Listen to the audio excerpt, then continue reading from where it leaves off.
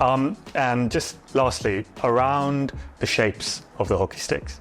You said you have 3 main shapes that you use in your range. Yep. Could you talk us through those? Sure, yeah. So we have the Pro 25. I mean, you've got some general terms that people use within hockey, and then outside of that, you'll get into marketing terms that we all use to try and jazz things up a little bit. So you've got a late bow, you've got an extra late bow, and an extra late bow with a groove are typically these days what you see. You'll still see some mid bows here and there, but they're kind of gone. They're a bit more towards the lower end of the range because the game's moved on from that. The game's so much more dynamic than it was when, you know, composite sticks first came out. So when you say dynamic, you mean it's a lot more skills, 3D skills? Absolutely. Yeah. The range over which the ball is expected to move is very, very different. You know, the game's not a flat game anymore. The game's not a side-to-side game anymore. The game is every angle. It's got elevation, whether that's you flicking the ball or whether that's you paying an overhead pass or whether that's you actually just lifting the ball over an opponent's stick with a bit of 3D skills, you know.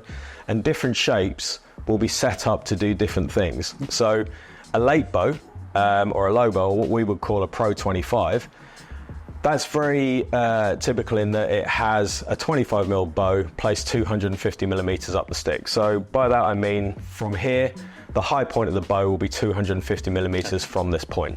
Now, that these days is the mainstay of our range. It's the mainstay of a lot of people's range because it's really a really good all-rounder. It's going to help you in terms of all the basics in the game, pushing, trapping, hitting the ball. But also you've got enough of a bend there that you can still get the ball in the air or move it over sharper angles if you want to. So it very much is a stick where or shape rather, where you and the stick are in harmony. You're both doing a little bit. It's helping you a bit. Your technique is helping it a little bit because remember, it can't do anything unless you do it. So that's really, as I say, that's why it is the mainstay. It suits everyone at that end and it suits a lot of people at this end as well. At the higher end of the range, we will also have some more dynamic shapes. So we've got our D2 and we've got our Samurai. Now these two are essentially a shape which is the same in terms of its bow positioning and its bow size. So it's a 25mm bend placed at 205mm up the stick.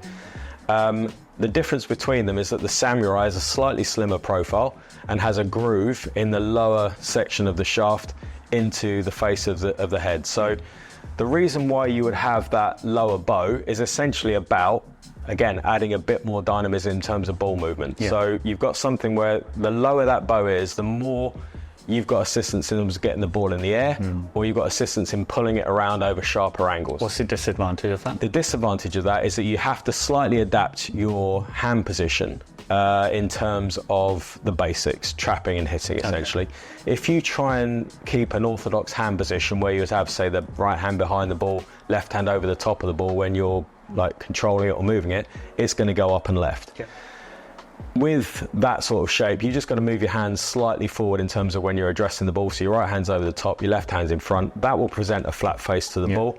So that's just that little adjustment that players have to make when they're performing those basics. You'll find that people that really, really suit those shapes, they already do that and they're doing it without thinking. But it is something that people need to be aware of if they're going to try out these shapes. It's not just all about getting excited about drag flicking and big overheads and blah, blah, blah. Because, again, unless you can control these things, you know, you're going to have a problem. It's all very well and good trying to make yourself into an absolute gun drag flicker, but if you can't trap the ball, you're not going to get picked, which means you're not going to be flicking the corner. So, again, your technique has to come first, and then pick the shape, which is going to maximise the skills that you use the most, and the ones which are the cornerstone of your game, therefore, and then you're going to become the best player you're going to be. There's nothing positional about this either. There's no reason why, if you're playing at the back, you wouldn't have a stick with an extra late bow. You know, we've got, if you roll back to, well, certainly now in terms of our current internationals, or perhaps some of the sort of Gryphon legends of the game, Kate Richardson-Walsh, Sam Quek, for example, from the 2016 gold medal team,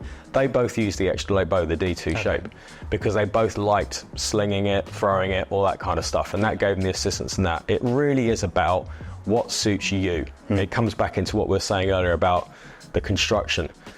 There are no rights and wrongs. You pick what suits you and what suits your game, but don't necessarily try and jump ahead with something. Find it. Let it find you. You you know. And again, that's another thing for coming in store and trying them out and just seeing. You know if you've got a problem with an extra late bow, for example, because if you're trying to move the ball from side to side and you're not getting your hands in the right position, instead of the ball going side to side, it starts to zigzag back into your feet. Yeah. So then you've got to adjust your hands. So obviously you can't come in here necessarily and start smacking the ball about, but you can dribble in here. Yeah, exactly. But that test is all you need, because really dribbling a ball, just moving it is the best way. You know, hitting areas are fine, but a hit is a very, very sharp, quick, short process. And as we were talking about earlier, not everyone's perfect. You might not catch it right the first time. So that doesn't necessarily give you enough to go on as to whether that stick's going to be right for you. Of course, that is important, but you know, all of these things are going to be powerful. It's more important that you can control it, you can move it, and that you like the feel of what you're getting in your hands as you're moving that ball around. So you get that with the most touches, with dribbling, being able to move it, see if that shape suits you. Does the weight and balance suit you? Are you finding that the stick and the ball are moving well? Or are you having to really, you know, work and labour and try and make this thing happen? So all of those things, again, they're things that you find out in store. But as I say, those late bow and extra late bow shapes, the D2, the Samurai, which is the most ultra focused shape in our range, because that really is all about manoeuvrability of the ball and flicking. You've got to really find the one that suits you and suits you the best. Which again, it's a bit of trial and error process, but coming in and checking them out is always the best thing.